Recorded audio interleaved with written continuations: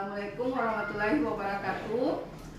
Kami perwakilan dari Kepulauan Sula. Di sini saya bernama Melisa Haryati Madiun dari Puskesmas Sanana. Ada rekan saya dari Dinas Kesehatan Kabupaten Kepulauan Sula, Ibu Samian Umagapit. Kami akan mewakili untuk menyusun cara pembuatan rapid kit. Saya langsung saja.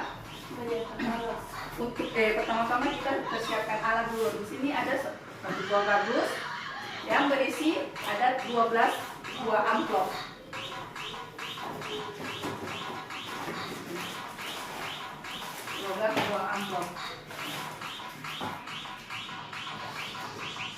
Pertama-tama sebelum melakukan pemeriksaan, kita harusnya mencuci tangan dulu. Setelah mencuci tangan, menggunakan APD lengkap. Langsung saja. Format tata cara pemeriksaan dan pengumpulan barang bukti. Di amplop 1 terdapat format tata cara penggunaan alat barang bukti. Di dalam amplop 1 terdapat tata cara pemeriksaan dan pengumpulan barang bukti sama alur pelayanan korban kekerasan terhadap perempuan dan anak. Setelah itu masukkan kembali ke dalam amplop, diisi dulu data-datanya di dalam sini yang ada tidak terisi data di sini. Ini tata caranya, diisi kembali, terus dimasukkan ke dalam dos. Terus inform konsen dan anamnesis kekerasan seksual. Amplop 2 ada form inform konsen. Di dalam amplop 2 terdapat surat persetujuan pemeriksaan kedokteran dan formulir riwayat kasus. Sebelumnya harus kita isi dulu data-datanya lengkap, baru di anamnesis pasiennya diisi lengkap data-datanya sesuai dengan data pasien, dimasukkan kembali ke dalam amplop.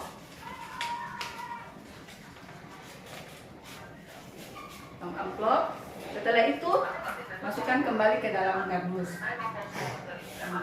Gunakan amplop coklat atau besar. Nomor 3A pakaian luar, nomor 3B pakaian dalam, nomor 3C benda asing di sekitar tubuh korban. Di sini ada amplop coklat. Amplop coklat itu berisi pakaian dalam. Di dalam amplop coklat ini terdapat kertas flip chart atau bisa diganti dengan kain putih. Ya, satu kain putih.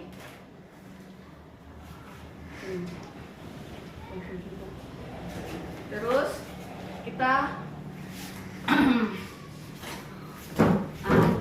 persilakan korban untuk naik ke atas kertas flip chart atau kain putih. Setelah itu, setelah pasien di atas kertas flip chart, minta permisi dan untuk melepaskan pakaian yang ada di tubuh korban. Ya, permisi Bu atau permisi Nona, Ade, boleh katong buka ini pakaiannya.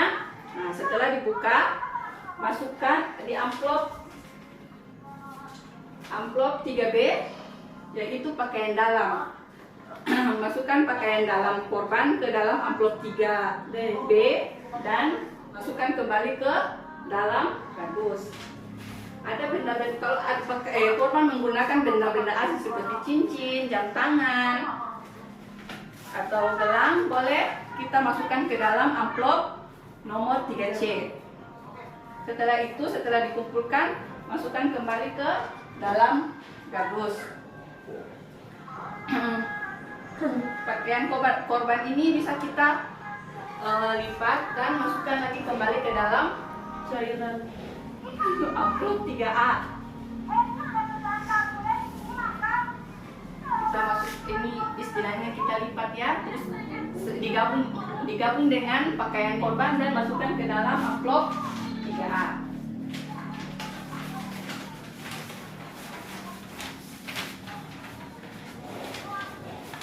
dimasukkan ke amplop 3A, masukkan kembali ke dalam kardus. Lanjut. Nomor 4, kotoran dan cairan di sekitar tubuh. Nomor 4, di amplop nomor 4 ini terdapat plastik perekat ukuran 15 x 10 satu buah, plastik perekat ukuran 7 x 10 satu buah, 4 buah tusuk gigi, 4 buah cotton bud, sama 1 buah potong kuku. Ya.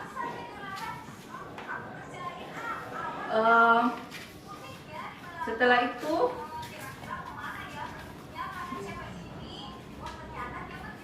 kita bisa menggunakan cotton bud atau menggunakan kapas gigi yang panjang. Kita basahi tubuh korban, dimana bila jangan sampai ada cairan sperma atau ludah kering, cairan sperma kering, bisa kita semprotkan dengan larutan NaCl supaya dia basah. Terus kita korek-korek di bagian yang ada cairannya itu. Setelah dikorek, kita tunggu kering dulu. Kita tunggu kering, baru bisa dimasukkan ke dalam plastik ya. Kita masukkan ke dalam plastik. Oh iya, bisa kita pakai menggunakan kertas yang tempel apa ya? Iya, kita bisa menggunakan kertas nama, dilabeli namanya supaya kita tahu ini sperma kering atau kita tahu ini darah kering ya. Terus untuk kalau tusuk gigi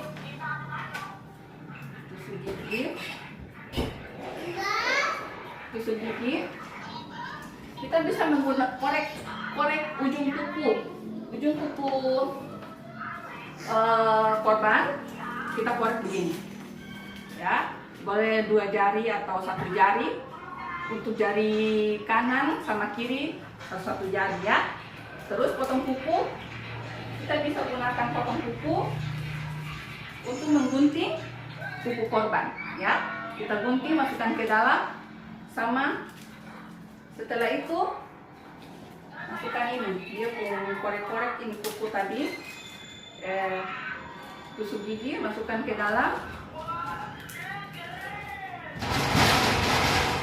masukkan ke dalam amplop, potong kukunya lagi, masukkan lagi kembali ke dalam dos. Sisiran rambut kelamin korban. Sisiran rambut kelamin korban. Di dalam sisiran rambut kelamin korban ini ada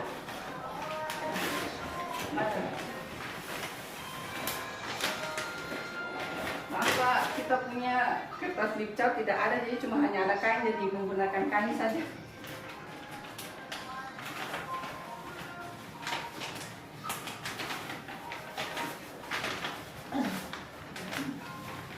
Di dalam sini ada kertas lip cat, 1 buah sisir, amplop kecil 2 buah, sama plastik berperekat, plastik obat.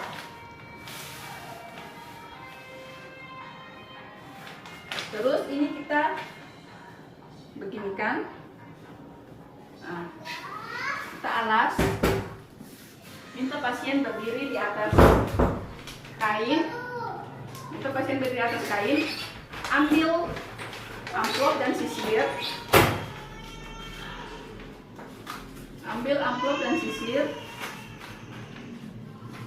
Kita bisa menyisir rambut kemaluan korban ya.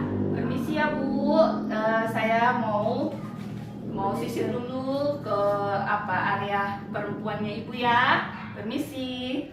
Setelah itu kita masukkan kembali ke dalam amplop. Sisirnya juga dimasukkan kembali ke dalam amplop dan masukkan ke dalam kardus.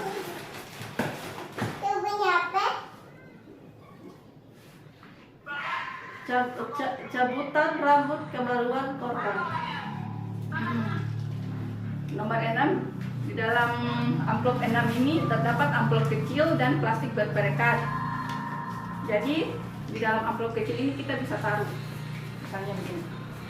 Ada 2 amplop, yang satu bisa kita isi sampel rambut kiri dan yang satu sampel rambut kanan kita tandai ya. Jadi bisa kita isi nomor rekamediknya berapa atau sekalian tanggalnya. Ini sampel rambut sebelah kiri. Jadi kita cabut rambut sebelah kiri, kita masukkan ke amplop yang sebelah kiri. Kita cabut rambut yang sebelah kanan untuk masukkan amplop ke rambut yang sebelah kanan.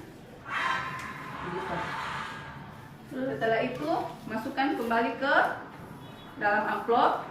Kita cabut bisa menggunakan pinset. Ya, masukkan ke dalam amplop, kembali dimasukkan ke dalam korban. Amplop 7. Di dalam amplop 7 terdapat kapas lidi panjang 2 buah, amplop kecil, slip 20 cc. Vaginal korban. Amplop nomor 7. Di dalam amplop ini terdapat 2 buah kapas lidi, 2 buah kapas lidi, amplop dispo 20 cc, aqua bidas atau cairan tubuh begitu, cairan bisa kayak NaCl juga bisa, sama kaca objektif.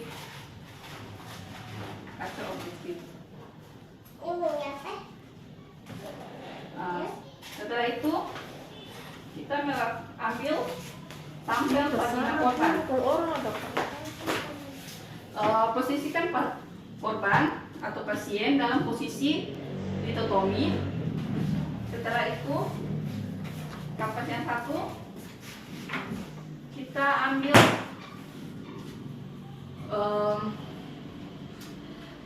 kita bersihkan cairan atau sampel swab pulasan vaginal yang bagian luarnya dulu.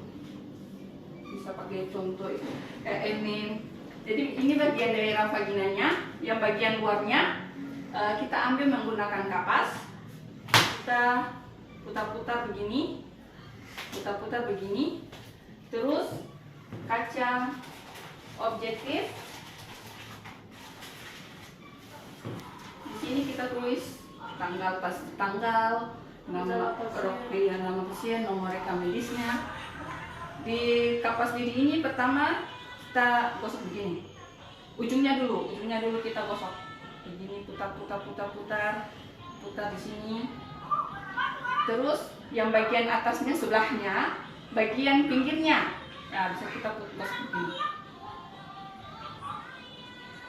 gitu ya. Kita tunggu kering, terus masukkan ke, kalau misalnya ini bagian luar, berarti kita taruh ke amplop yang sudah kita tandai bahwa ini sampel atau pulasan vaginal bagian luar. Terus kita masukkan ke dalam, dan kapas lidinya juga bisa kita masukkan. Kita ganti kapas lidinya yang satu, terus kita ambil bagian dalam, tapi dalamnya tidak terlalu dalam ya, di bagian pinggir, bagian labia minoranya ya. Setelah kita putar-putar, kita korek, kita ambil sampel, jangan lupa juga tulis nama sama nomor rekam mediknya. Jadi yang pertama kita sama juga, kita bagian depannya ini, terus yang bagian sebelahnya kita bulir yang bagian pinggirnya.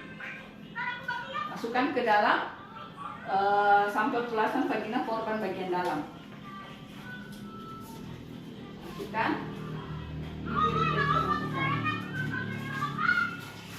Ini dispo 20 cc ini gunanya misalnya di dalam, kita bisa semprotkan ke dalam cairan dalam vaginanya korban apabila yang sampai ada cairan lain yang di dalam, bisa kita ambil sampelnya juga ya.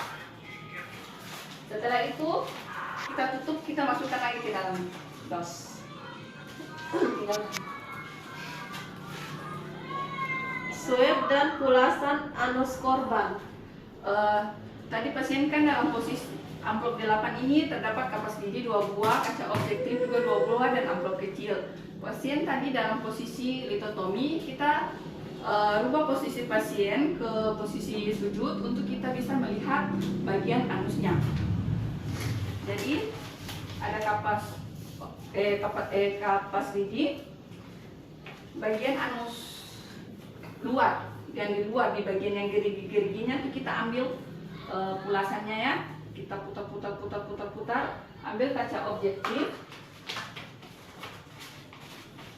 Ini juga jangan lupa ditandai, diberi nama, label. Sama juga ini dipoles begini, bagian kepalanya dulu. Habis itu kita pindah ke sebelah bagian ini, pinggirannya. Masukkan ke dalam amplop yang sudah diberi tanda. Ini sampel pulasan anus korban bagian luar. Masukkan kapas lidi yang sudah digunakan tadi.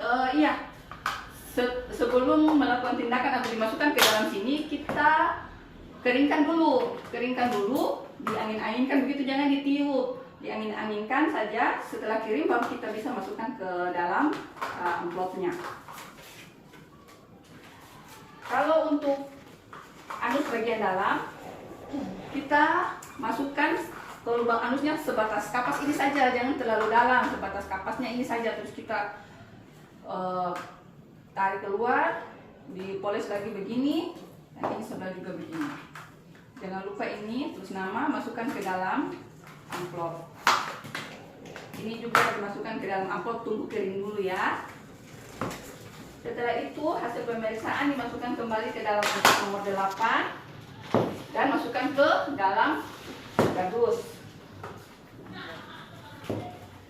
Swab dan pulasan mukosa pipi korban. Di dalam amplop 9 terdapat kapas lidi 2 buah, kaca objektif, dan amplop kecil.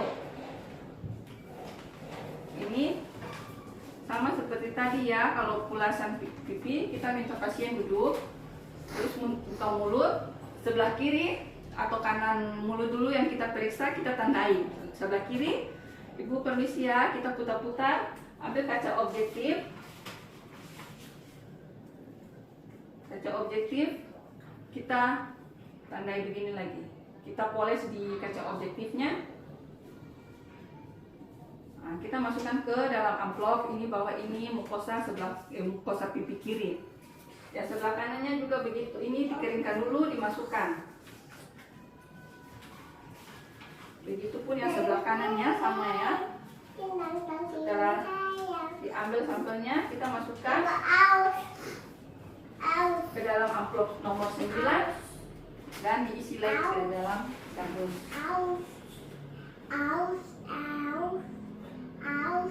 Cabutan rambut kepala korban.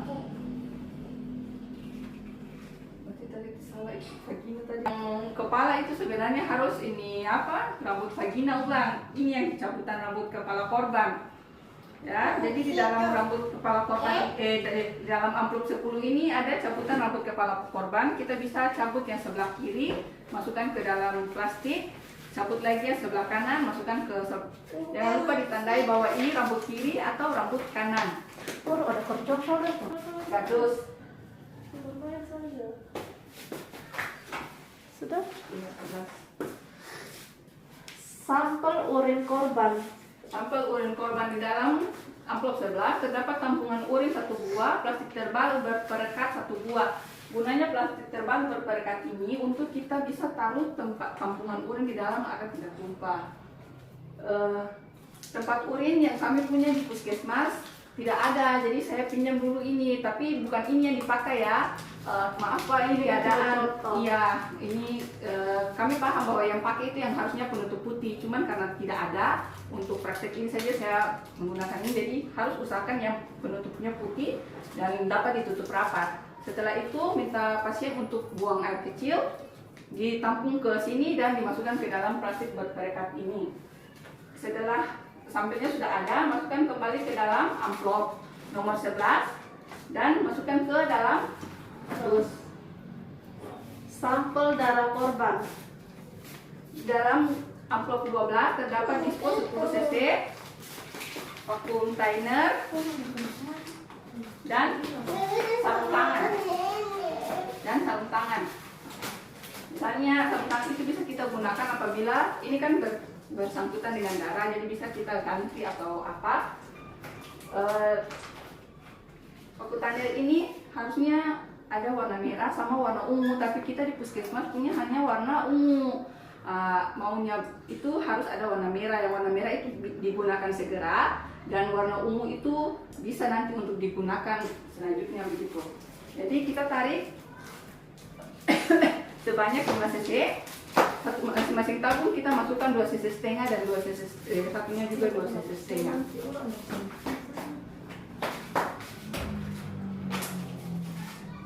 Setelah tarik darah, tempat darahnya dimasukkan ke dalam amplop, display-nya kita buang ke safety box.